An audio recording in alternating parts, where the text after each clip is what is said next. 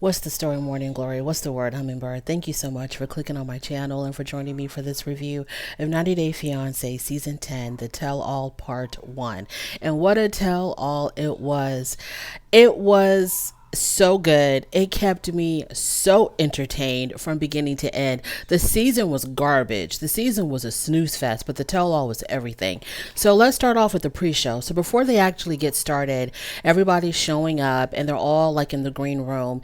And let's talk about the fashions. So Jasmine and her purple dress, I thought her dress was really, really pretty. I thought it looked good on her. She's just way too top heavy for her frame, and I don't like how the bust part of her gowns are just not enough material, and she's constantly, and I know this is what she wants, this is the effect that she's going for, is to show all of this cleavage, but to me it always cheapens her look. I don't know if she needs more material up top or if she needs to reduce her bust a little bit, but it always cheapens the look. I mean, she has on this elegant dress and it looks really good on her. Her makeup is good, her hair is good, but that top part just makes her look like, I mean, like the strippers that she was talking about at Gino's bachelor party. So I don't like that. But the dress itself was really pretty. Ashley took my breath away in that beautiful emerald green sparkly dress. She looked awesome. Ashley said that she lost 101 pounds. Like where? What are you talking about? 101 pounds, Ashley? If you had lost 101 pounds, you'd probably be the size of Anna Lee or something. Ashley definitely lost weight. Don't get me wrong. She has lost weight, but I would say maybe she looks like she lost maybe between 50 pounds, maybe between 40 to 60 pounds from the way she looked during the season. 101 pounds. I'm sorry, y'all. I just don't see it. I can see that she lost weight. She looks great. There is a difference in the size of her body, but I just don't think it was 101 pounds. So she starts to sage the green room because, they're going to need all the good energy, the good, mojo that they're gonna need. But every time she brings out her sage thing, whatever the hell that thing is called, it always reminds me of a really big fat blunt. So Sophie shows up, and Sophie and Rob. Sophie, girl, bravo, bravo, bravo on the hair color, because that blonde was wearing us out. So she has darkened her hair. She says it's her natural hair color. She looked so much better. She looked so much softer, so much younger. And Rob also prefers her with the darker hair as well. So then Nikki floats in this beautiful cloud of pink. Nikki looked beautiful. I liked her. The dress was completely her, and she knows how to walk. The dress was completely her. Nikki looked great. Jasmine says that her and Nikki are online friends or online besties, and this is the first time that they've met in real life. So Jasmine was really happy to finally meet Nikki in person. Nikki went back to, we found out that Nikki went back to Moldova, because her and Igor made up. Then she came back to the United States and they broke up again. I think that's what she had said. I think since the last time that we saw her during the regular season where she was talking about her breakup with Igor, I think she was trying to say that after that she went back to Moldova, they made up, then she came back to America and they broke up again. And she says that Igor told her that he's not trans attractive or trans attracted. He's not attracted to trans women. And then I think Rob made a comment like, it don't look like it, but it's their situation, their relationship is transactional. He's doing whatever he can so that she can still provide him with money. He's basically like pimping himself out to her so that she can still take care of him financially and provide for him financially. If he says he's not attracted to trans women, I can believe that. To me, that can very well be true because he has a problem with being intimate with her. He broke up with her when he found out that she was a trans woman. So I can definitely believe it if he says he's not attracted to trans women. But at the same time, well, there is no but. That's basically it. I kind of believe that he's not attracted to her because he's not attracted to trans women. Hence the reason why he wanted a third party into their bedroom so that he can perform. I just want Nikki to realize that this man is only with you for money. He's not with you for who you are. And I think she knows that. I think Nikki definitely knows that. And I think Nikki thinks that she can control him with money and that he can act the way she wants him to act with money. But then when he starts to rebel and he starts to, say exactly what's on his mind and to act in a way that she doesn't agree with, it causes all of these issues. But I think that she understands exactly what it is. She knows exactly what it is. She wants to control him with money, but whenever she's not around him, that's when he wants to act up and wants to break up with her and talk about how he's not trans attracted. So so Clayton and Annalie come out, and Annalie looked adorable in her pink dress. She looked absolutely adorable. She looked better at the tell-all than she did at her own damn wedding. So when Clayton and Annalie arrived, Manuel asked, what's up with the closet? Like, why is your mom living in this closet? Clayton says it makes sense to them. Now, Clayton, to me, as soon as he arrived at the tell-all, he seemed really defensive. He seemed like something was bothering him, because the way he responded to Manuel, everybody would want to know, like, why is your mom living in a closet? That's a very normal question to ask, but he got really defensive. And he was like, well, it works for us. My mom needed a place to stay. I had a 1-bedroom apartment. I was going to give up my room for her, so she decided to sleep in the closet. Like, he's explaining it like, duh, don't y'all know? No, we don't know, Clayton. It's not normal for your mother to be living in a closet.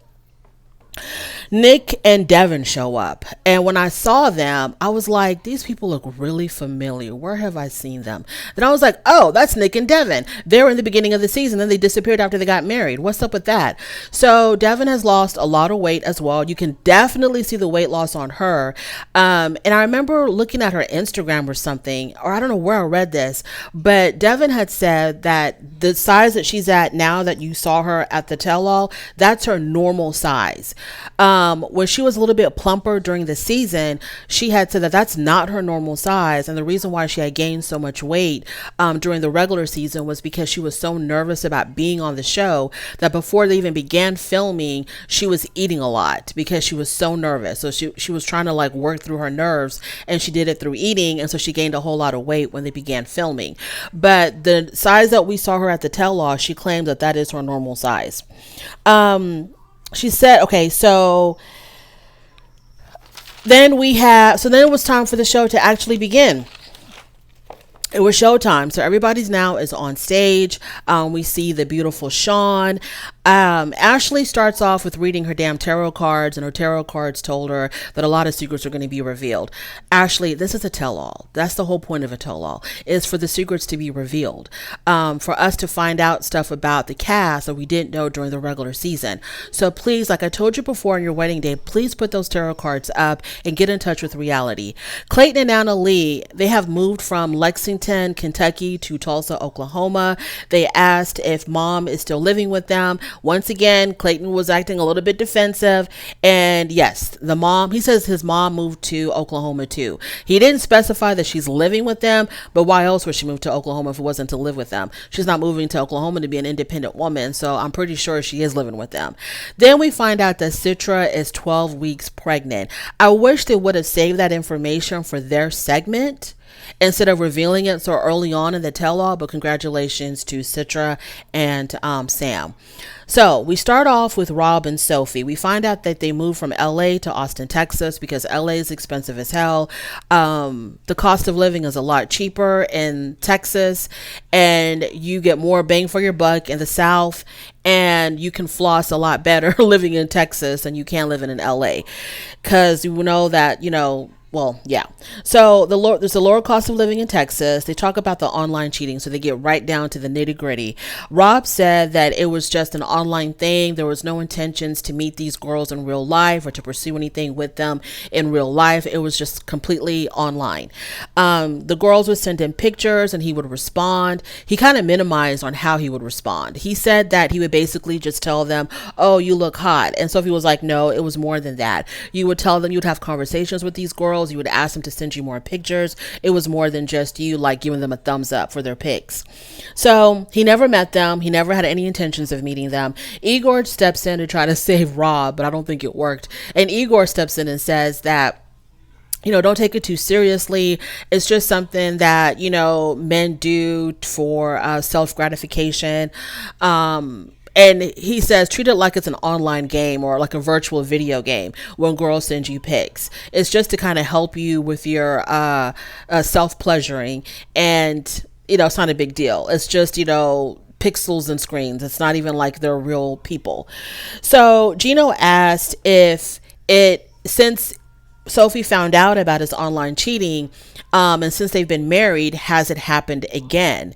And the show just did this overly dramatic thing with this particular scene because Gino asked the question and Rob didn't answer right away, or the way they edited it made it look like Rob did not answer right away. There was this long pause, and it was like, like, oh my God, is he still online cheating? What's going on? And then they go to commercial without giving us an answer. So they did a lot of over dramatization of this particular scene. When we came back from commercial, we're all on pins and needles trying to figure out, is Rob still online cheating? And his answer to Gino was no, it has not happened again. What's her name? Ashley asked Sophie, what are you doing to prevent this from happening again? Or what are y'all doing to prevent this from happening again? And Sophie said, well, now she checks his phone. Before, she was never the kind of girlfriend to check his phone, but now she is that girl to check his phone, to go through her boyfriend, or now her husband's phone. So that's what's preventing him from doing it again. If there's a will, there's a way. Okay. If there's a will, there's a way. There's always a way to do what you want to do and not have somebody find out. So now we have to endure, Claire. So Sophie's mom, Claire, she shows up, she appears remotely from England, and there's no love lost between her and Rob. She still cannot stand Rob. Rob cannot stand her. And Sophie is stuck in the middle. I don't want to go like, bit by bit on what was going on between Sophie, Rob, and Claire. But the point is that Claire doesn't think that Rob is good enough for Sophie. She makes a big deal about the fact that when Sophie showed up in America from England, he was still living in his little tiny efficiency apartment with the outhouse in the back, and nothing was ready for Sophie. And Rob, his excuse is that, look, all of my money was going towards the immigration process and me and her seeing each other and keeping up with our relationship. So that's why I couldn't afford to upgrade my apartment before she came. The mom doesn't buy that. Sophie doesn't buy that. Rob says that Sophie is never on his side when it comes to her mom. She will always choose her mom. And he feels really left out. He feels like, well, since she's my wife, I need her to support me more, to be on my side, to have my back once in a while. And for whatever reason, Sophie just doesn't see it that way. She always will side with her mother. She thinks she's being neutral. She thinks that she's trying to keep it, she's trying to stay in the middle, but she doesn't. She is very much on her mother's side, because during the season, when her mom would say, okay, Sophie, let's go, let's get out of here, I'm done with him, she would go with her mom. She follows her mom, she listens to her mom, and I think that's the problem right there. I wish that her mother, as the one who was the oldest out of all of them, I wish that the mom would just make that decision on her own to stay out of her daughter's marital issues and out of her daughter's relationship problems. If your daughter comes to you with a problem about her husband, yes, listen to her. Yes, give her advice, and then just keep it at that. Don't get too involved while you are now going toe to toe with your son-in-law. I think that's just really messy. And I know it's difficult because for whatever reason, Sophie ain't got no damn friends. So she goes to her mom a lot, but I don't think the mom should be that, because all relationships have problems. And the thing is, if Sophie is going to stay with Rob, the mom needs to stay out of it. Because what is the point of you and your son-in-law constantly going at it with each other, but then your daughter decides to stay with him? So there will never be peace. She will always come to you with problems. You want to take it out on your son-in-law. You want to confront your son-in-law. Rob, unfortunately, is extremely confrontational. He doesn't back down. He doesn't know how to be quiet. He doesn't know just to, shut up, say sorry. He doesn't know how to do that. He wants to argue back. So you have a problematic son-in-law who likes to be combative, who likes to argue. You have a mother-in-law who's going to stand up for her daughter. There will never be peace with these three people. There will never be peace. So the mother needs to stop getting so involved. excuse me, when Sophie comes to her and says, Mom, Rob did this or Rob said that, give your daughter the advice that you want to give her and just leave it at that. And whenever you see your son-in-law, try to make it as peaceful as possible, because Rob ain't got no sense. Rob ain't got no damn sense. For him to talk the way he talks to his mother-in-law, and I understand that the mother-in-law is problematic, I feel like him being the younger person and being like a child to her, he should still show her some type of respect. But he's the kind of person where he's like, I'm not going to give you any respect until you give me respect. It's just problematic all the way around. Sophie, try to keep your mom out of your business. If you have to go to your mom, go to your mom. Mom, when your daughter comes to you, talk to your daughter only. Direct all of your issues, your advice, whatever you want to say, direct it to Sophie only. Leave Rob out of it. When you see Rob, try to be as pleasant as possible. Moving on from there. And then what I really didn't like was when Claire, the mother, said that she thinks that the problem is Rob is not the right man for Sophie because he doesn't treat her like a princess. I'm sorry, Rob is too broke to treat anybody like a damn princess. So then they go for a lunch break. When they go to their lunch break, they all are in the back room, and Rob had, drifted off somewhere by himself. So Sophie is talking to the rest of the cast, and the rest of the cast seemed to be on Rob's side, because they were like, he's doing the best he can, and he needs you to support him. He needs you to be on his side once in a while. Sophie is still talking like, Rob ain't doing enough for her. Rob doesn't appreciate her. And then Rob comes back and he kind of heard what she said. And this is when he was like, you know what? She's never on my side. She'll always be on her mother's side. I'm the odd man out. Now, Jasmine interjected and said that she hates it whenever the foreigner is supposed to like show gratitude and appreciation to their American partner. Like for the rest of their life, they constantly have to bow down to their American partner and show how appreciative they are to their American partner for bringing them to the United States. And she doesn't agree with that. And Sophie doesn't, and nobody agrees with that. And I think somebody even said, that's not what we're saying, that she should forever be grateful to Rob for the rest of her life, constantly thank him on hands and knees. Oh, thank you, Rob, for bringing me to America. No, nobody is saying that, but give credit where credit's due. Like, they didn't hardly ever mention how he did do better by moving them out of LA into Austin, because she was so scared of LA, talking about how dangerous it was. So he moved her out of LA. He moved her to Austin, Texas. He said he got a better job, to have a better apartment or a better house in Austin. The mom did not acknowledge that at all. Sophie did not acknowledge that at all. So I kind of see where Rob is coming from, even though Rob is extremely problematic and he has a temper problem. Okay, moving on from there, let's talk about Ashley and Manuel. So they talk about how Ashley and Manuel are just, they're interesting. So they talk about, how they're constantly using sex to resolve their arguments. They'll argue like cats and dogs, and then they go and they have sex and everything is copacetic again. Everything is better again. Then they show the bathroom clip where they went into the bathroom at that restaurant to take care of business. And y'all, that was like the most embarrassing thing for me, because her mother wasn't on stage yet, but her mom and her sister were in the back waiting to come out. And I'm like, this is embarrassing. Like, do you feel like any type of shame or embarrassment that they're showing this on national television? Now, obviously we didn't see them, but we definitely heard what was going on. And to me, it was so cringy and embarrassing. And now your mom and your sister are going to see this. Like, Ashley, do you have any type of like decorum about you at all? It was just, maybe they didn't expect, but you knew you had mic on. You had a mic on. Both of you knew that you still had the mics on. So like, y'all couldn't wait until y'all got home, until production left. Like, come on.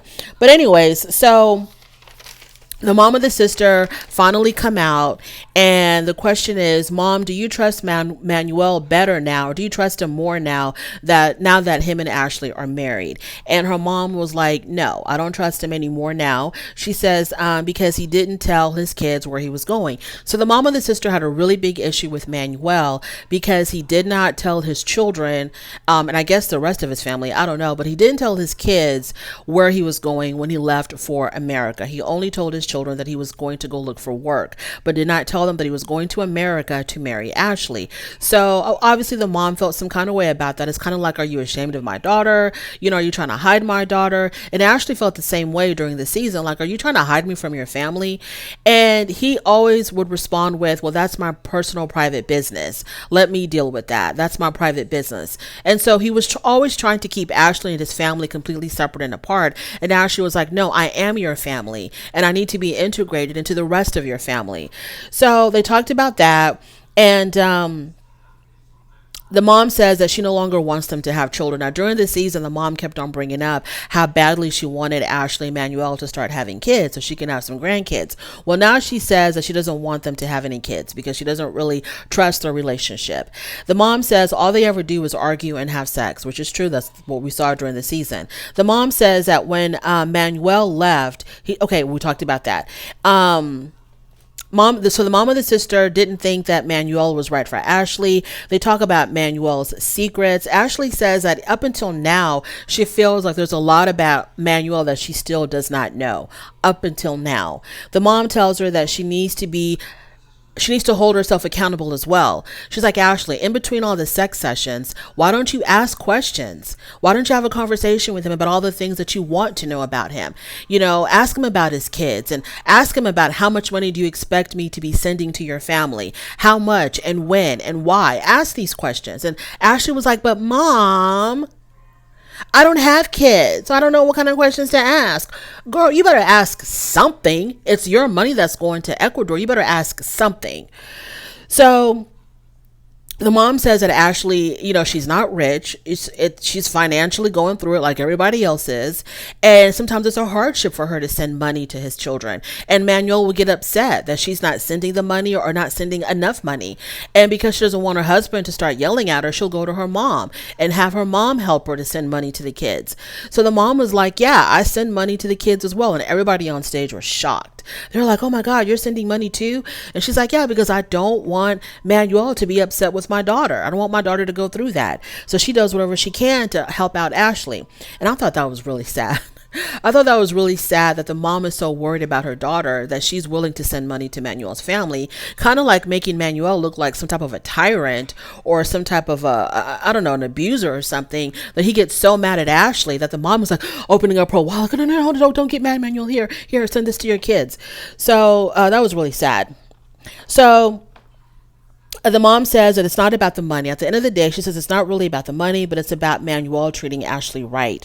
And then what makes the mom upset is that, Manuel will get upset if Ashley goes to get a Starbucks coffee, but then he expects her to send all this money, hundreds of dollars, to his family. This is when Jasmine steps in and tries to clarify things for Ashley's mom and says in a lot of parts of the world, poverty is real. Sometimes having a meal is like a luxury for some people. In America, we're trying to eat less. We're trying to reduce how many calories we intake. In other countries, they're lucky if they get one meal. A lot of people are surviving on just like one meal. So it's hard out there for a lot of people in a lot of parts of the world. Poverty is real. And so the little help that can be sent to them is like, it's a lot for them. It's a huge blessing for them. So when Jasmine explained it like this, then Ashley's mom kind of saw it differently. She's like, oh, I never knew that because Manuel didn't explain it to us like that. So now that you're explaining it to me and I'm understanding now I can feel empathy towards Manuel and his family and their struggles. So it kind of ends on a really positive note.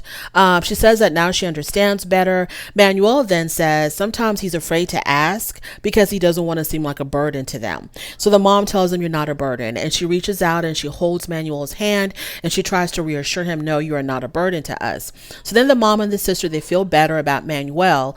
And Rob tells Manuel that he's really lucky to have a family like that. Because we know that Rob is going through it with his mother-in-law. I mean, Rob could be like living under a bridge and Miss Claire would just drive on by. Not give a damn. Okay, moving on from there. So then we have this little break where Jasmine says that she talks about how, I don't know, because Sean was asking viewer questions, and I think one of the questions was, if you could have a baby with anybody in the 90-day fiance or the 90-day universe other than your partner, who would you have a baby with? And this is when Jasmine steps in and says that sometimes, I guess she reveals that she's bisexual. I guess she came out of the closet and said she's bisexual because she said she's attracted to women as well as she is to men. And she said that she would have a baby with Nikki. She said a couple of other choice things of what she would do to Nikki that I'm not going to repeat. But she said that she would have a baby with Nikki. And then Igor said he'd have a baby with Jasmine. I wonder how that made Nikki feel. Since Nikki and Jasmine are BFFs. Nikki, your man said he would have a baby with Jasmine. Out of all the women that he would have a baby with, it would be with your BFF, Jasmine. And still, you will continue to send him money and take care of him. Moving on from there, now it's time for Gino and Jasmine. So they talk about Gino's damn hat, and Jasmine said, because at the wedding, Jasmine begged him to take off his hat because she just wanted one picture of Gino's true self at her wedding, which he did. And I thought it was kind of ironic that she talks about him being more true and more authentic when she is pumping her body up with Lord knows what, in her boobs and her butt, doing her lips, doing all these things to augment herself. But then she's like having a crisis over Gino and his damn hat. They talk about the money for the dress, how, he sent her money to go buy a wedding dress when she was still living in Panama, but instead she took that money and flipped it and got some butt implants, and it wasn't enough, so she had to get money from her ex-boyfriend Dane. So they talk about that, and Jasmine says, well, where's my dress now? It's in the basement collecting dust, but where are my butt implants? They're on me, because butt implants are forever. So basically trying to say that it was a better investment for her to get the butt implants than to buy the wedding gown. So Jasmine says that she wishes her implants were bigger. I was like, say what now? Excuse me? Girl, you are child. Look. Okay, Jasmine, you want your butt to be bigger, but then you want the rest of you, except for your breast and your lips, the rest of you to be smaller. Make it make sense, Jasmine. What the hell does that mean? And what the hell does that look like? Why do you want to look like a cartoon figure? Like, why do you want to look like, something comical instead of like a natural, real human being? So she wants to have the smallest, tiniest waist, the smallest, skinniest legs, arms, everything else, but she wants these gigantic, bodacious butts and breast implants. This is body dysmorphia at its best. This is body dysmorphia. And then to add fuel to the fire, Gino says he wants her butt to be bigger. And I'm like, no, Gino, what? I thought Gino was against her augmenting her body like this, but he's all for it. No wonder she's like going full steam ahead with all of this augmentation, because Gino is encouraging it and just, egging her on to do more and more and get bigger and bigger.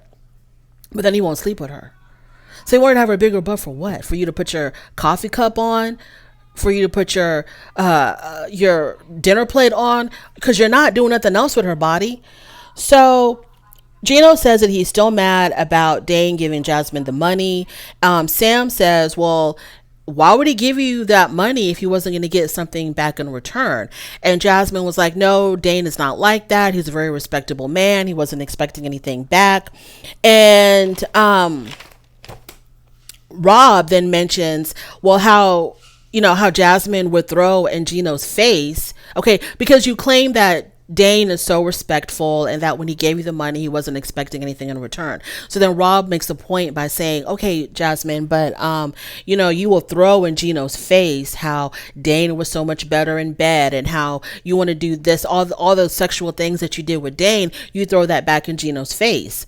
And Jasmine admits that she was wrong for that and that she would only say that because Gino would trigger her. So make it an excuse.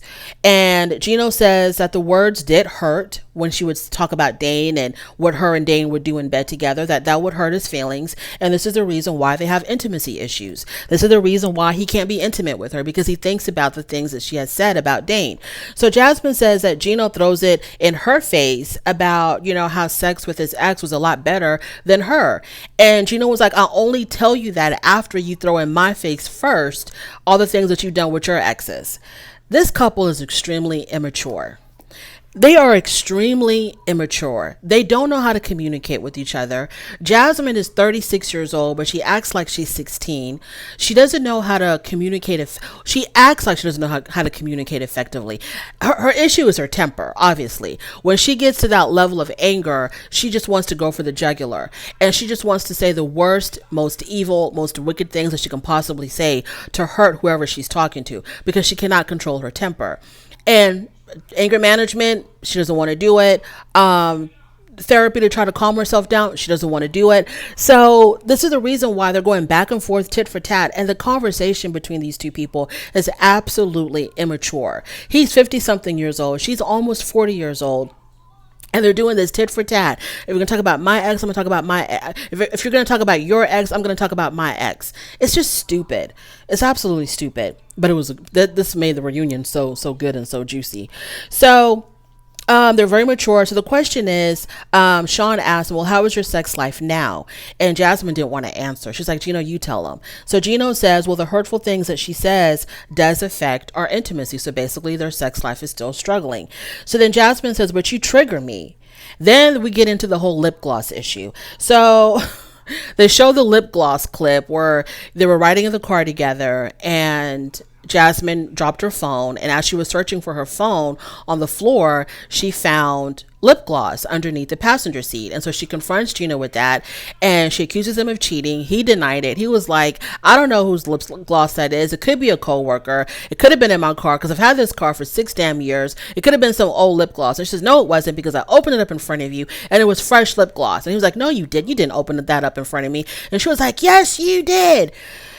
So they go back and forth in that. So then Sean asked the group, is it plausible to have old lip gloss in your car? And they all basically raised their hand. It's like, yeah, it's absolutely plausible. Who was it that said that, was it Ashley? It was one of them that said, no, I think it was Sophie. Sophie said that Rob found lipstick in his car and he thought it was Sophie's. And so he was like, hey, Sophie, you forgot your lipstick. And she was like, that's not my lipstick. And she totally understood that it was probably an old lipstick from an old ex. So she didn't make a big deal about it. And so hopefully this had calmed Jasmine down a little bit to hear what everybody else was saying, that it is totally, Jasmine, nobody wants Gino. Okay, you're so like afraid of this man cheating on you. Nobody wants your man. Okay, you don't have to worry about it. Nobody wants Gino. Okay, so that lip gloss, it probably was a coworker, one of his, 1,000 cousins, or it was probably old, probably belonged to the previous owner of the car. Don't nobody want Gino, Jasmine. So they talk about, and then there's a clip, not a clip, but they showed us, when they're talking about the lip gloss, they showed us Manuel and Ashley. So for whatever reason, Manuel was like fondling the sequins on Ashley's dress. It was like, I wonder if that was how he was like soothing himself, because things were getting really heated between Gino and Jasmine. I wonder if he was like rubbing on the sequins of her dress to soothe himself, because that was really unusual. So then they talk about the strippers at his bachelor party. Well, they talk about the bachelor party in general. So Gino said that okay, so the issue was that he never told Jasmine about his bachelor party. No, he didn't tell Jasmine at all. It was one of his cousins that had revealed to Jasmine after she arrived in the United States. She had revealed to Jasmine that, hey, Gino had a bachelor party, because Jasmine was under the impression that he was not going to have a bachelor party. So when she found that out, she was really, really upset, but she never really knew exactly what happened at the bachelor party. So Gino then says to her, you had a bachelor party too when I first came to Panama, because you had some stripper who was all over you. And Jasmine says this is when she starts yelling and shouting. She's like, first of all, it wasn't a bachelor party, it was a divorce party, and that she did not enter a strip club. And as she's saying this, she is screaming this at the top of her lungs. It wasn't a bachelor party, and I didn't enter a strip club. She was screaming at the top of her lungs. Her vocal cords were straining. The veins in her neck were about to burst. And I'm thinking to myself, if a man was yelling at a woman like this, they would have stopped the show. Security would have come and removed him from the stage. So Gino gave some mumbo jumbo about why he didn't tell Jasmine about his bachelor party, something about she was at the airport at the time on her way to America, some mumbo jumbo. He was scared to death to tell Jasmine about that bachelor party, scared to death. But because, he listens to his family a lot, the family was probably encouraging him to do this bachelor party thing, but he wasn't going to tell Jasmine about it because he didn't want to lose his life. So then they show the strip club scenes, y'all, at the bachelor party. It was what you would expect to happen at any bachelor party that takes place in a strip club. It wasn't really that surprising, okay? He was definitely having a good time, okay? He was definitely enjoying himself. And while they were showing the clip, everybody else on stage is like in shock, only because they see Jasmine looking at this. And they know that Jasmine is becoming unraveled, right? To see Gino all over the strippers all over Gino, him putting money in certain places of their body, it was a lot. It was so much that Jasmine was like, just please stop the tape. But TLC is messy as hell. They were not about to stop the tape. We were going to see this from beginning to end. So everybody's watching this, and Sam says, "It looks like a fun night, Gino." And Gino was like, "Yeah, it was great." And he says it's a once in a lifetime experience for him. So then Sean looks at Jasmine after they showed the clip. She looks at Jasmine because everybody's really worried about Jasmine. Is she going to literally murder this man on this stage in front of all these cameras? Is she going to have a medical emergency where they're going to have to call paramedics to come pick her up from the floor? Everybody's eyes is glued on Jasmine. So Sean asked her, "Jasmine, are you okay?" And she just nods her head yes. So messy TLC actually brought one of the strippers to this tell-all that was at the bachelor party. Now, she wasn't on stage. She did join remotely, because if she was on stage, we definitely would have had a double homicide. She wasn't on stage, but they showed her remotely. And Sean asked, her name is Daisy. So Sean asked Daisy, the dancer, how was Gino acting at the bachelor party? And Daisy says, well, he was acting really awkward, and he acted like he was not interested, and he just wanted to spend time with his family. Daisy, what script are you reading from? I understand that strippers have this code where they don't want to put their customers or their clients in a bad situation with their women, so they're never going to tell the truth about what goes on, right? Daisy, you're full of crap, because we just saw the video. You're talking about how he acted awkward and uninterested and just wanted to hang out with his cousins. Girl, that is not what we saw. We saw him enjoying himself. Did he act kind of awkward? Yeah, a little, but the whole entire time, Gino had a smile on his face. His eyeballs were looking at all the right places. Gino was having the time of, he even said on stage after they showed the clip, when Sam said, it looks like you had a great time, Gino. And Gino goes, yeah, it was great. What are you talking about, Daisy, that he acted uninterested? We know that you have to, you got to keep your clients happy. You're not going to reveal their secrets about what really goes on in the champagne room. We get it, girl, but we don't believe you. We know what you're trying to do. You have to do that, but we don't believe you. So, okay, so this is when Jasmine absolutely loses it. Okay, when Daisy said whatever she said, Jasmine became unhinged. She said that she would never have married Gino if she would have seen what happened, what went down at the bachelor party. If she would have known about what happened there, she never would have married Gino. She said that he doesn't even compliment her, and he doesn't make her feel desired. But she sees him all over these strange women, smiling in their faces, giving them money, hugging up on them. They wanted him to get on stage. They sat him down on stage. They tied him up with his own belt while one stripper was doing whatever she got to do in front of him to make that money. And Jasmine became unhinged. So she gets up, she stomps off the stage. Gino stands his ground and says that he has every right to have a good time at his own bachelor party. So he's not going to back down. He's not going to back down and be all apologetic. Oh, Jasmine, baby, I'm so sorry. I shouldn't have. He was like, no, that was my bachelor party. I had every right to have a good time at my own bachelor party. Too bad, so sad, Jasmine. So we'll see how much he's going to stand his ground when she comes back on stage. He's probably going to end up apologizing to her. You know how it is with them. They have these huge blow up fights, and then they're back lovey-dovey all over again. He makes a whole bunch of promises to her. He will never look at another woman. He only has eyes for Jasmine, etc., etc. Then she's going to melt. Then she's going to talk in her little baby voice. And what does she call him? She calls him her little Gengrito or something like that. She's going to talk in her little baby voice, mixing in a little Spanish, and it's all going to be hunky-dory again between them until the next fight. But this was a good tell-all. I was thoroughly entertained. Or maybe I'm putting 20 on 10. Maybe I'm making it more than what it actually was, but I was really entertained. Anyways, thank you so much for joining me. I really do appreciate it. On your way out, don't forget to rate the video if you like this content. Please subscribe to my channel, and I'll definitely talk to you later. Bye.